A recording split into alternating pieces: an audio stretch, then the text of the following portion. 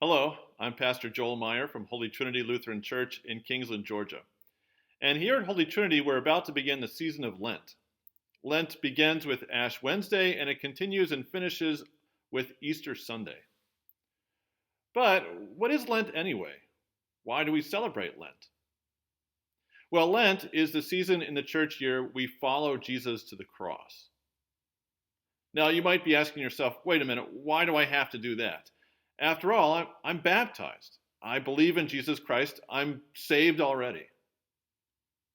Now, to be clear, Lent isn't something we do in order to be saved.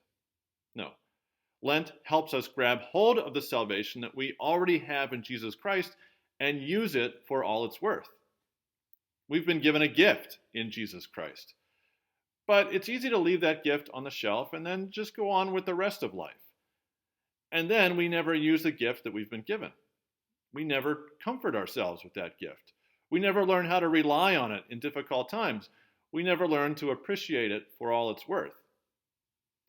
So the practices of Lent help us to take our salvation down from the shelf and put it to work. Lent helps us to grow into the salvation that we've already been given. And we do that, we grow into the salvation that we've already been given by following Jesus to the cross. And we follow Jesus to the cross in a couple of ways. First, we spend a lot of time in Lent confessing our sins. In his love for us, Jesus died for our sins, and he was raised victorious over sin and death.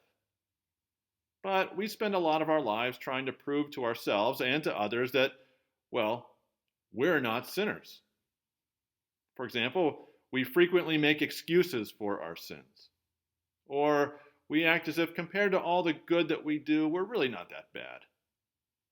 Or we spend a lot of time pointing out other people's faults as if that proved that, look, I'm not so bad. I'm no different than anyone else.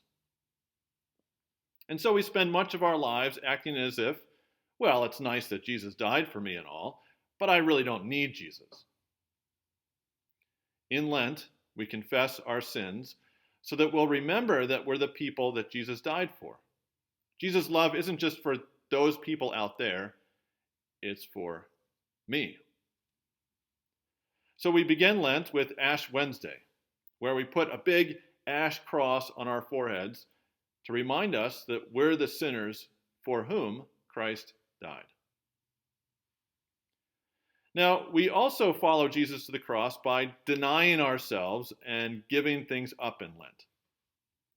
Lent is 40 days long to match the 40 days that Jesus spent in the wilderness tempted by Satan and the 40 years the people of Israel spent in the wilderness on their way to the promised land.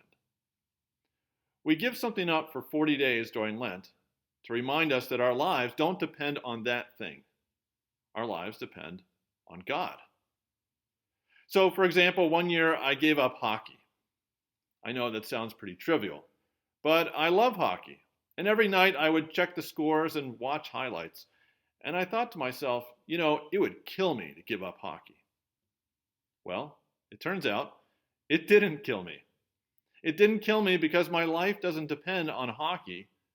It depends on God.